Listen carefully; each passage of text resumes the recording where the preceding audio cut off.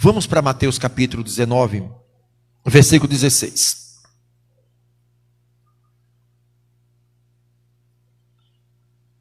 Certa vez, um homem chegou perto de Jesus e perguntou. Olhe para mim. Versículo 16. Certa vez, um homem chegou perto de Jesus, ou se aproximou de Jesus, ou foi até Jesus e fez uma pergunta para ele. A palavra de Deus fala também de um outro homem que foi também até Jesus. Nicodemos. Foi ou não foi? Observe que tanto Nicodemos como esse homem ou esse jovem que foi até Jesus eram homens íntegros, homens religiosos, homens que eram observador da lei. Porém, a palavra diz com Nicodemos que ele era um príncipe dos sacerdotes. Mas a Bíblia não diz o que esse homem era. Fala só que ele era rico. E quem sabe mais observador da lei do que Nicodemos. Então vamos ver esse contraste desses dois homens que foram até Jesus. E o que aconteceu depois que eles saíram da presença de Deus. Ou que deixaram Jesus. Como é que foi a história desses homens? Certa vez um homem chegou perto de Jesus e perguntou: Mestre, o que devo fazer de bom para conseguir a vida eterna? Talvez essa era a pergunta que todos nós faríamos se tivesse a condição de nós estarmos em frente com Jesus fisicamente. Talvez essa é a pergunta do mundo inteiro. Senhor, o que eu farei para herdar a vida eterna? O que é que eu faço para herdar a vida eterna? Observe que antes da pergunta ele diz: bom mestre. Quem é que não sabe que Deus é bom? Aquele homem não reconheceu Jesus como filho de Deus, mas como apenas um mestre. Como apenas um pregador. Aquele homem não reconheceu Jesus como Senhor da sua vida. Como Cristo Redentor. Esse é o maior erro da humanidade, igreja.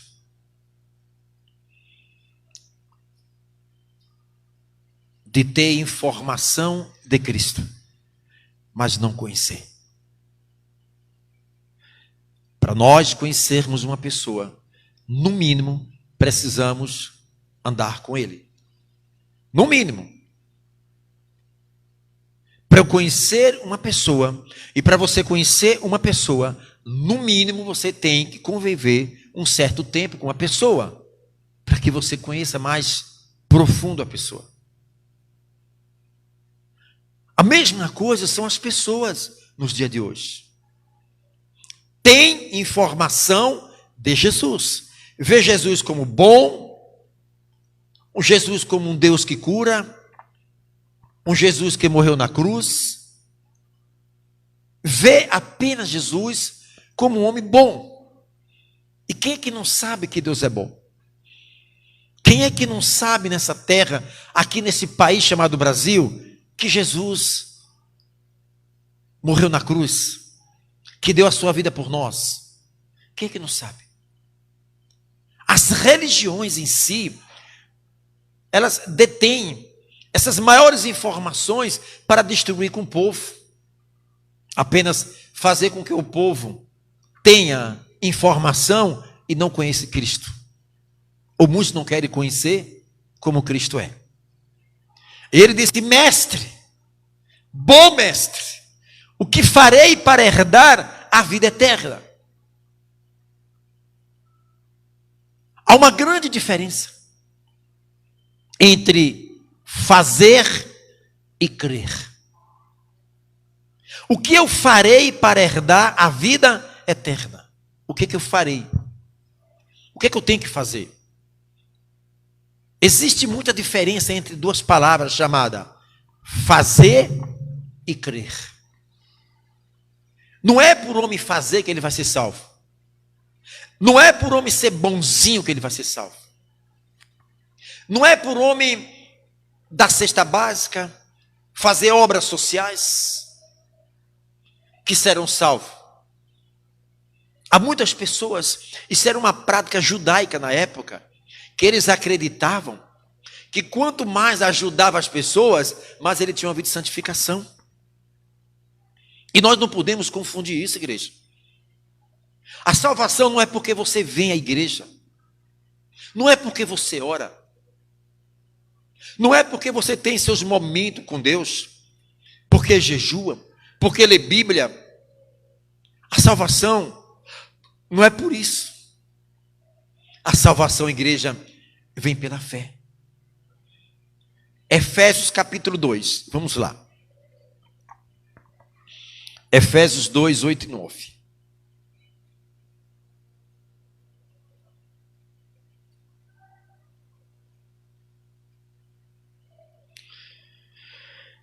Efésios capítulo 2, versículo 8 e 9. Isso. Capítulo 2, 8. Olha o que diz. Pois, pela graça de Deus, sois salvos, por meio da fé. Isso não vem de vocês, mas é um presente doado a Deus. A salvação não é o resultado dos esforços de vocês. Portanto, ninguém pode se orgulhar de tê-la. Então, a salvação não é por esforço, não é por obra. A salvação é por crer. Nós temos que crer dentro de nós, por maior que seja a luta que você está passando. Por mais que um ser humano seja marido, esposa, filhos, por mais que você seja abandonado, rejeitado pela humanidade, a salvação é pela fé. Não deixe o espírito da dúvida colocar dúvida na sua cabeça a respeito da tua salvação. Não faça isso. A salvação é um dom gratuito. Veio de graça para nós. E a gente aceitou pela fé. Então eu posso bater no peito e dizer: eu estou salvo em Cristo Jesus mediante a minha fé. O maior perigo é quando você começa a apontar os seus dedos para você mesmo e começa a se acusar. Porque Deus, Ele perdoou teus pecados. Mas muitas das vezes o ser humano não aprendeu a se perdoar. O ser humano comete um tipo de pecado que dói na alma. O Espírito Santo cobra isso. Você vai e se arrepende. Você não pratica mais aquele tipo de pecado. Você deu meia volta e voltou. Eu não quero mais ver essa vida. Senhor, me perdoe. Aí a Bíblia diz que Deus, Ele coloca no mar, pega os nossos pecados, Ele coloca no mar do esquecimento, Ele passa uma borracha, Ele apaga, Ele não lembra mais. Por que nós, ao pedir perdão a Deus, logo a nossa mente vai nos acusar? Eu pequei. Eu pequei. Eu começo a me acusar. Jesus, Ele, através do seu sangue na cruz, Ele me perdoou, porque houve um arrependimento dentro de mim. Ele apagou, Ele não lembra mais. Por que nós continuamos a lembrar? Em outras palavras, a gente não creu no perdão. A gente não creu no perdão. A tua vida não interessa mais para Deus o passado. É por isso que diz lá em 2 Coríntios 5,17, que a palavra diz: se alguém está em Cristo, observe, estar em Cristo não é o fator de estar na igreja, a Bíblia não fala, se alguém está na igreja. Não, se alguém está em Cristo. Há uma grande diferença entre uma pessoa estar na igreja e outra pessoa estar em Cristo. Há uma grande diferença. Estar em Cristo é porque esta pessoa, ela passou pelo um processo de um novo nascimento. Há muitas pessoas que estão dentro da igreja, mas ainda não passaram pelo processo do novo nascimento. Por quê, pastor? Porque a palavra diz: se alguém está em Cristo, nova criatura é. E quando o homem nasce de uma religião, ele nasce de uma igreja, ele não passa por um processo de novo nascimento. Ele continua a mesma criatura. Por mais que ele se esforce dentro de uma religião, ele vai parecer sempre com crentes. Ele vai parecer sempre com um pastor, com um pregador. Mas os frutos não condiz com o que ele fala ou com a sua vida. Então, se alguém está em Cristo, nova criatura é. E é muito fácil identificar, amada igreja. A palavra diz que a árvore se conhece pelos...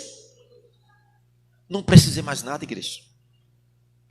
Você não precisa chegar para as pessoas e falar: ei, você é velha criatura. Você não nasceu ainda. Primeiro, você não é juiz para estar julgando ninguém. Segundo, amada igreja, nós não devemos acusar ninguém. Nós precisamos ter sabedoria de Deus para conviver com as pessoas. Mas os frutos revela quem é a pessoa. Os frutos de um pastor vai dizer se ele é pastor ou não. Os frutos de um diácono, de uma diaconisa, de um missionário, de um presbítero, de um obreiro, é os frutos que vai apontar quem ele é. Não é a função, não é o cargo, é os meus frutos. Isso quer dizer, quem tem que dizer quem eu sou, se eu sou crente ou não, são pessoas que vivem do meu lado, são pessoas que moram do meu lado, são pessoas que trabalham do meu lado, são a vizinhança. São essas pessoas que vão olhar para nós e vai dizer: aquele ali é crente do Paraguai. Apesar que no Paraguai tem muitos homens de Deus. Porque a gente tem uma mania de dizer: crente do Paraguai, pastor do Paraguai, não sei o que do Paraguai, achando que o Paraguai, lá não tem também homens e mulheres de Deus, né? Então, igreja, aquele homem, ele se aproxima de Deus, do nosso Cristo, ele pergunta: bom mestre, o que eu farei para herdar a vida eterna? E Jesus diz: por que me chamas de bom, né? No versículo 17, Jesus respondeu: por que você está me perguntando a respeito do que é bom? Bom só existe um. Se você quer entrar na vida eterna, guarda os mandamentos. Olha a pergunta dele, olha o que Jesus diz: por que você está me chamando de bom? Porque simplesmente ele não vê Jesus como Senhor, vê apenas como mestre, como bom. Aí Jesus só disse: ei, você quer entrar no reino dos céus? Quero. Guarda os mandamentos. Aí dos 10 mandamentos, o Senhor listra 5 para ele. Observe. Ei, jovem, guarda os mandamentos. Aí ele diz: que mandamentos? Perguntou ele, e Jesus respondeu: não mates. Igreja, esse homem disse: eu nunca matei. Eu nunca feri esse mandamento. Eu guardo esse mandamento. Esse homem já começa a ter boas qualidades. Qualidade de um crente, de um servo de Deus. Porque ele era observador da lei e ele guardava também a lei. E Jesus jogou um verde para ele. Jesus sabia o que estava no coração e onde Jesus ia chegar no final da resposta, da pergunta. Guarda os mandamentos. Ele disse: sim, eu tenho guardado, eu tenho sido religioso, eu tenho sido um crente. Não matarás. Ele disse: nunca matei, Jesus. Esse pecado não leva. Não cometerás adultério. Ele nunca cometeu isso. Não roube. Era um homem fiel e íntegro. Um homem que nunca roubou ninguém. Não deu falso testemunho. Isso quer dizer, o testemunho desse homem era invejável. Era um homem fora de qualquer suspeita. Era um homem que zelava e velava pelo seu testemunho.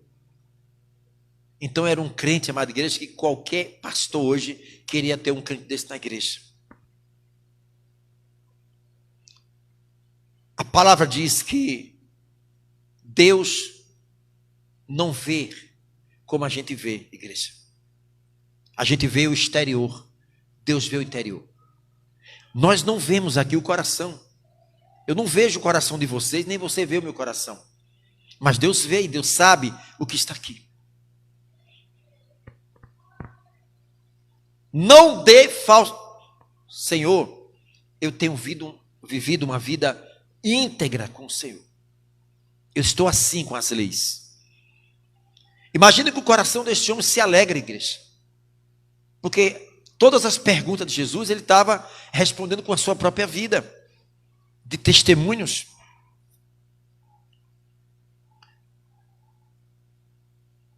Respeite o seu pai e sua mãe, e ame os outros como você ama a você mesmo.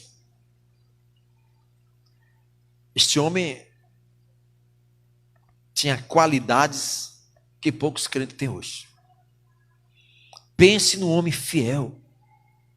Pense num homem, sabe, observador da lei e cumpridor da lei. A Bíblia diz que nós não devemos ser só ouvinte da palavra.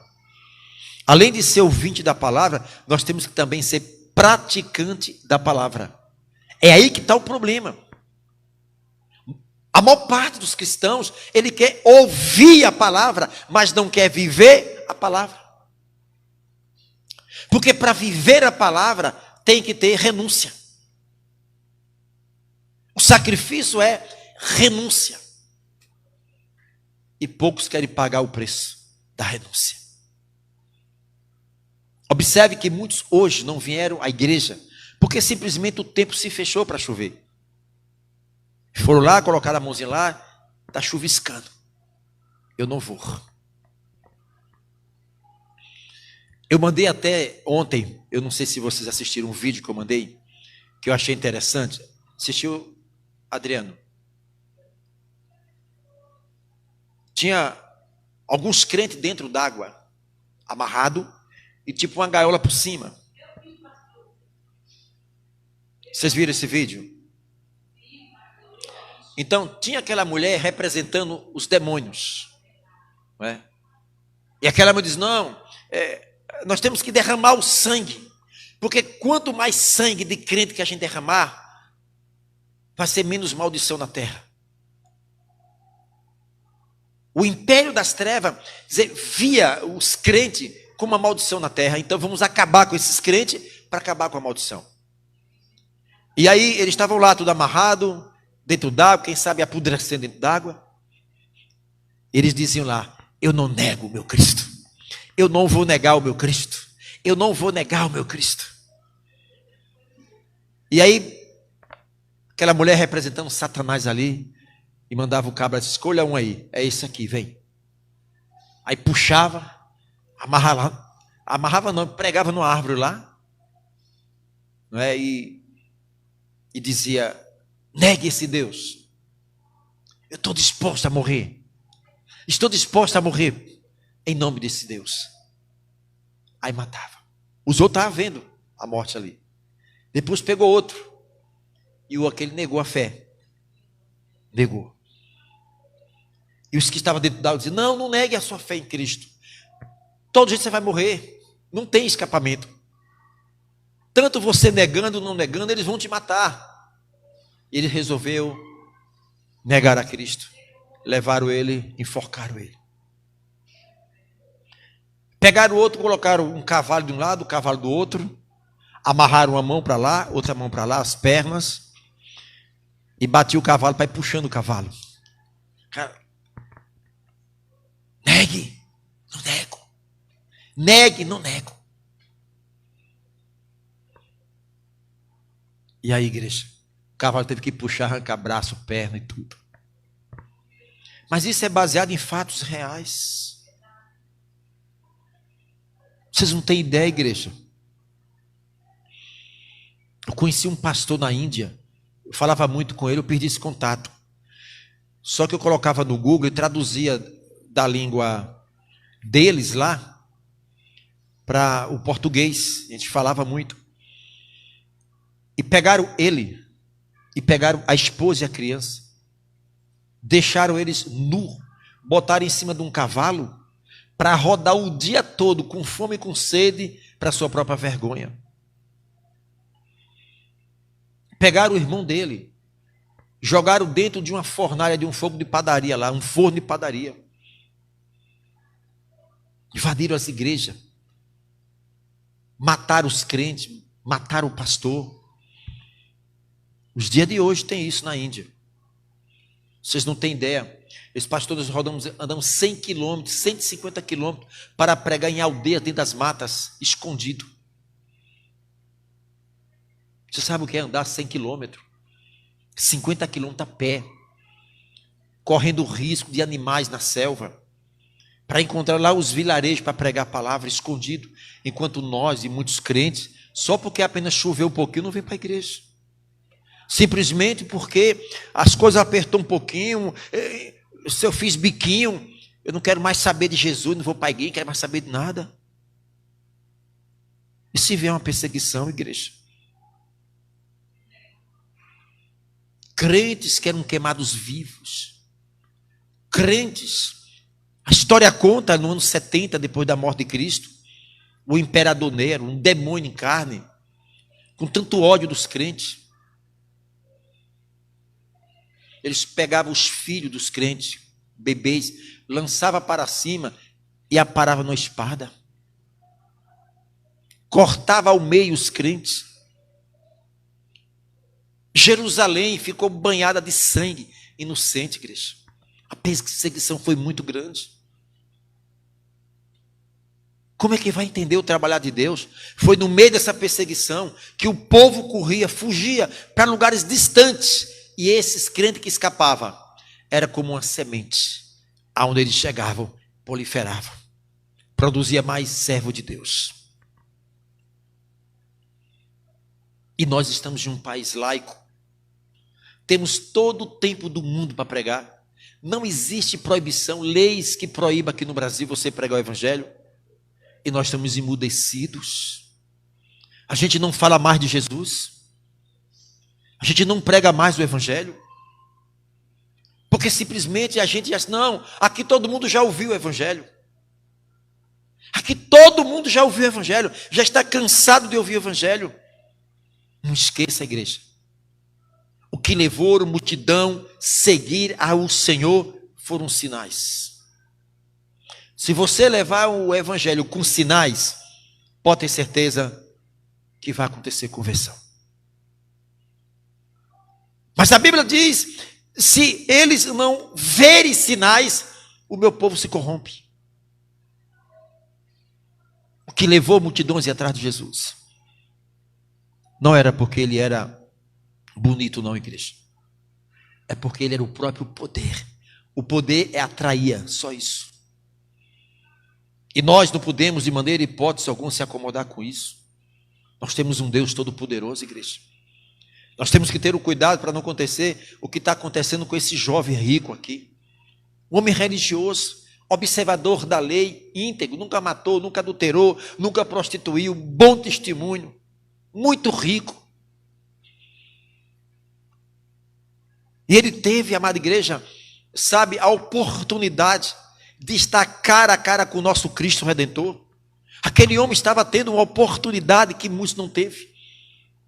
A palavra diz: mais bem-aventurado são os olhos que não viram, mas crer.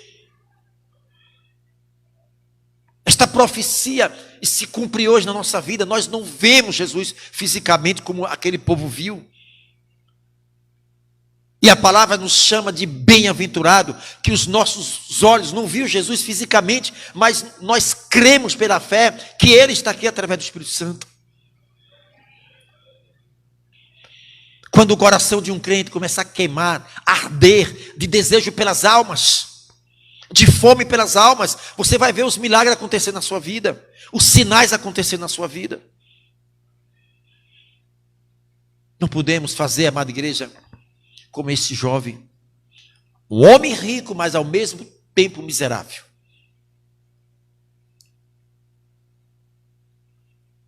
Versículo 20.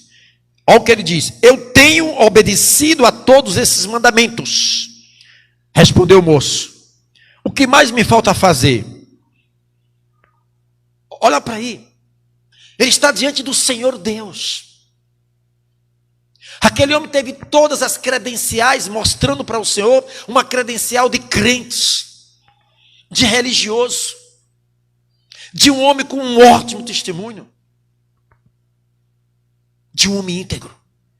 Ele estava passando na cara de Jesus: está aqui, Senhor, eu tenho todas as qualidades de um servo de Deus. Jesus conhecia o coração daquele homem, como Ele conhece o nosso coração. Aquele homem teve a oportunidade de ser salvo. Mas vamos ver o que aconteceu. E Jesus responde para ele. 21. Jesus respondeu: se você quer ser perfeito, vá, venda tudo que tu tem e dê o dinheiro aos pobres, e assim você terá riqueza no céu. Depois venha e me siga. Agora, amada igreja, essa era a única mensagem que ele não queria ouvir. Essa era a única mensagem que aquele homem não queria ouvir. Era a mensagem que ia de encontro aonde estava o seu coração. A palavra diz: aonde está o seu tesouro, está o seu coração. Vai, vende tudo que tu tens, divida com os pobres. Não é, amada igreja, que o Senhor está dizendo nos dias de hoje para você vender o que você tem para dar para os pobres para ser salvo, não. O que Jesus está falando aqui é que a riqueza daquele homem era o Deus dele. Ele estava pegado à sua riqueza. Igual aquela história daquele alpinista. Sobe uma montanha à noite. Ele despenca lá e ele segura na corda. Estava muito frio. Ele segurado na corda. E de repente ele ouve uma voz: solte a corda. Solte a corda. Ele ficava seguro. Solte a corda. Seguro. Solte a corda. Ele seguro. No dia seguinte, o colega, outro alpinista, encontra ele morto, congelado, segurado na corda. Ele estava apenas um palmo do chão. Um palmo do chão. Se ele soltasse a corda, Ele estava salvo, não morria. Mas ele se grudou naquela corda. Ele não ouviu a voz. Aí Jesus disse: sei. Vai, vende tudo que você tem. Divide com os pobres. Ele queria ouvir todas as mensagens, menos aquele que tocava na sua ferida.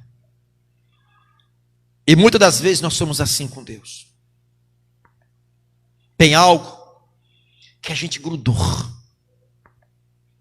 E aquilo que nós grudamos, que o coração do homem grudou, é aquilo que está fechando a porta para nós não entrarmos nos céus.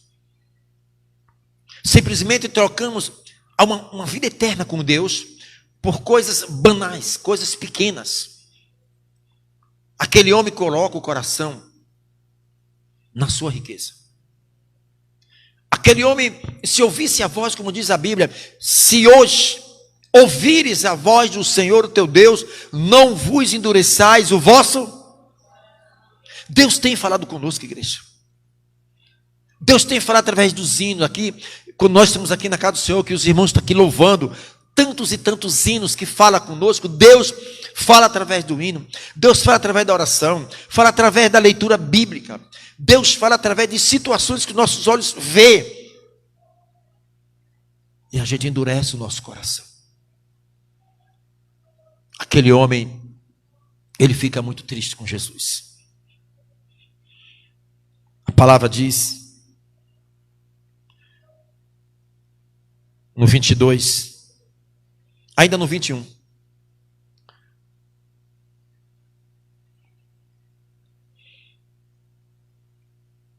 se você quer ser perfeito, vai e vende tudo o que tem e Deus, o dinheiro aos pobres, assim você terá riqueza nos céus. Depois vem e me siga. Igreja, nós não podemos, aquele homem não podia seguir a Deus, a Cristo, com aquilo que impedia a ele, era o pecado, era o orgulho, a prepotência. Eu tenho, eu trabalhei, eu não vou abrir mão disso. Não existe um seguidor de Cristo sem abandonar a vida errada, o pecado. A palavra diz: aquele que vem após mim, tome a sua cruz. É o peso da responsabilidade. Poucos querem ter responsabilidade com o evangelho. Negue a si mesmo, aí que está o problema. Poucos querem negar o seu eu. E este eu nosso, por pouco já não destruiu a nossa vida. Este eu nosso já nos levou a muitas derrotas, a negócios horríveis. Este eu que fala dentro de nós: eu sou assim, eu nasci assim, ninguém me muda. O eu, prepotência. Porque este coração não é capaz de reconhecer, amada igreja, que esse coração da gente nos engana. A gente já confiou muito nisso aqui. A gente já confiou muito na força dos nossos braços. Por isso que veio decepções. Por isso que veio sofrimento. 22. Quando o moço ouviu isso, foi embora triste. Observe. Ele vai até Jesus e ele volta triste. Você sabe, ele foi até Jesus. Ele estava vendo Jesus. Quem sabe tocando. Vendo Jesus fisicamente.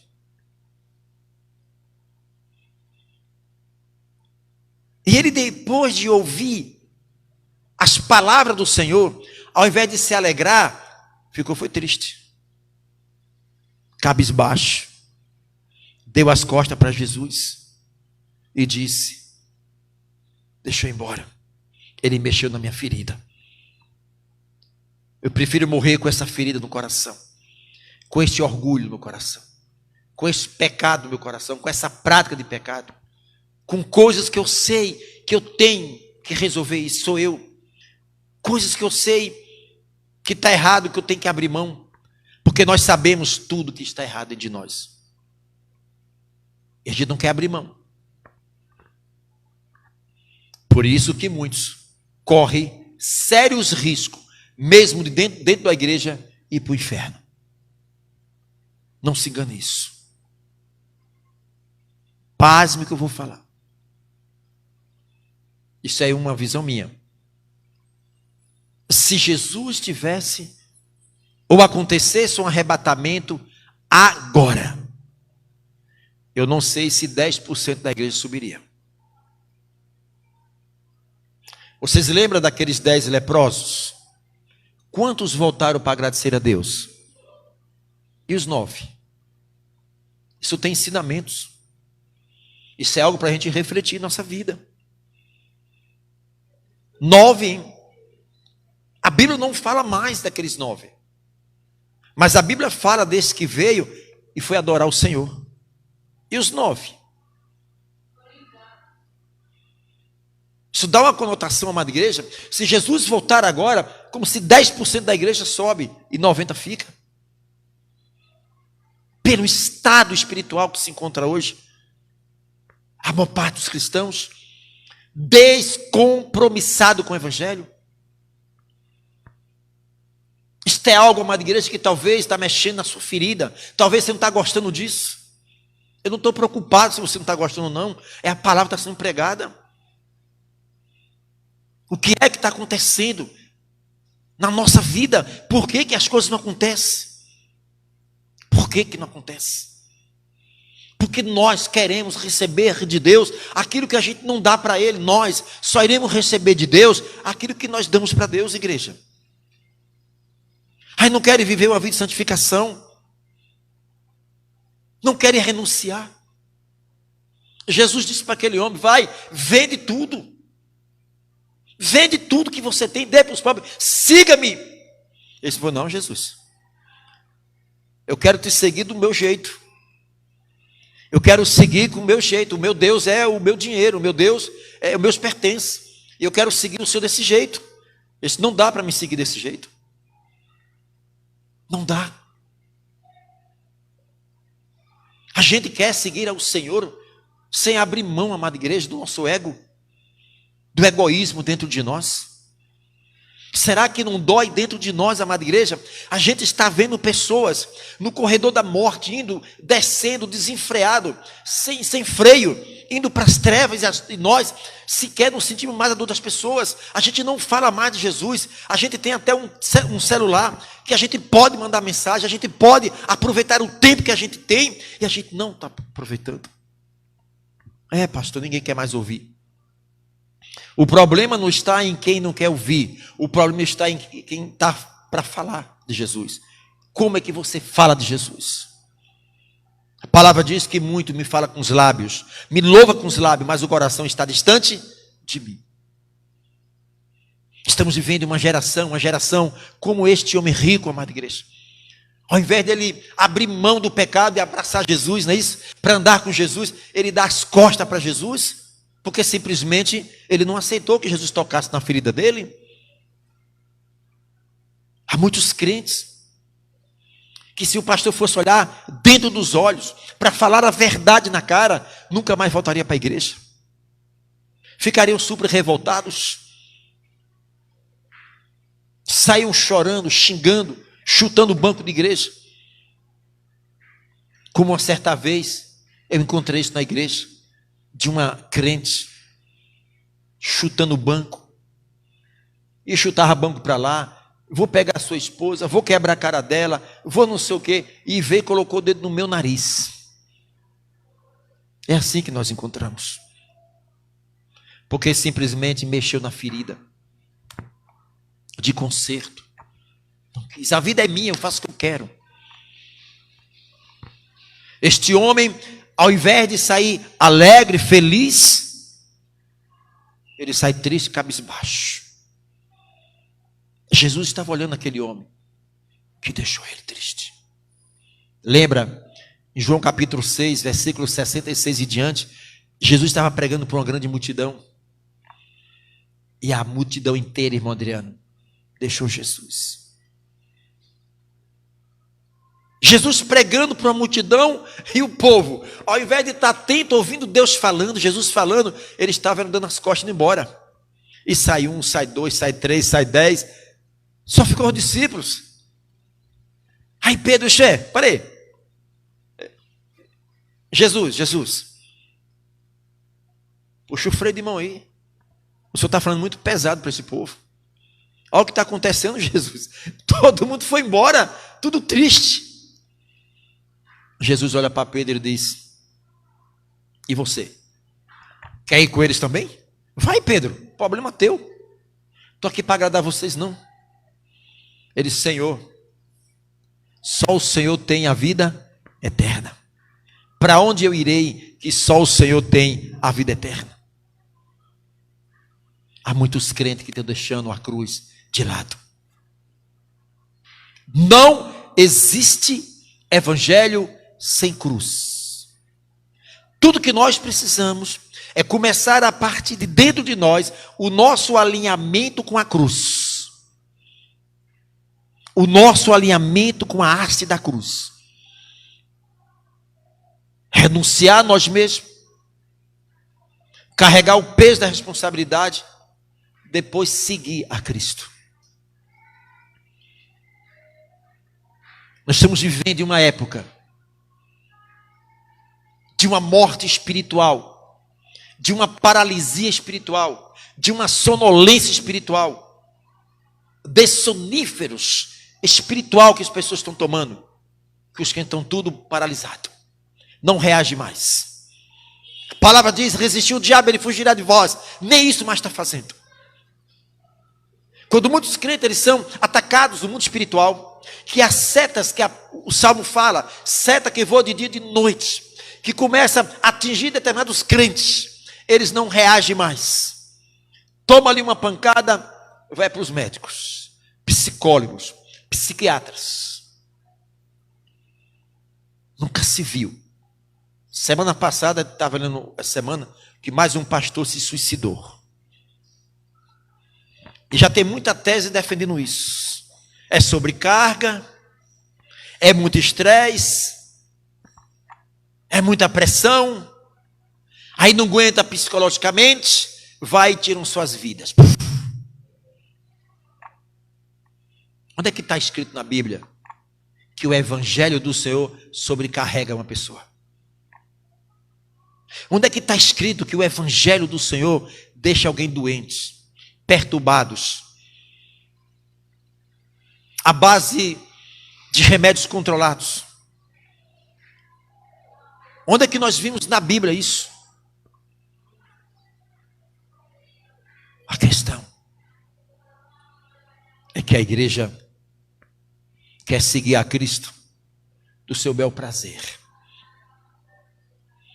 Cada dia mais é como se não, é a profecia, a Bíblia se cumprindo.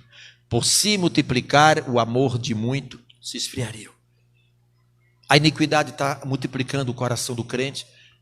Quanto mais um crente tem iniquidade, ou um ser humano tem mais pecado no coração, menos amor ele tem. A proporção que vai faltando, que vai entrando na iniquidade, o amor vai se esfriando. Então o ser humano se torna um bicho, se torna um religioso, se torna um homem como esse aqui, que teve a oportunidade da salvação, mas por causa do coração, ele preferiu abraçar a riqueza e ir para o inferno junto com a riqueza.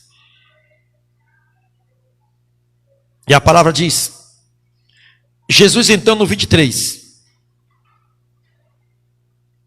Jesus então disse aos discípulos: eu afirmo a vocês que isto é verdade. É muito mais fácil um rico entrar no reino, é muito mais difícil um rico entrar no reino dos céus. E digo ainda que é mais difícil um rico entrar no reino de Deus do que um camelo passar pelo fundo de uma agulha. Quando ouviram isso, os discípulos ficaram muito admirados e perguntavam: então quem é que pode se salvar? Jesus olhou para eles e respondeu: para os seres humanos isso não é possível, mas para Deus tudo é possível.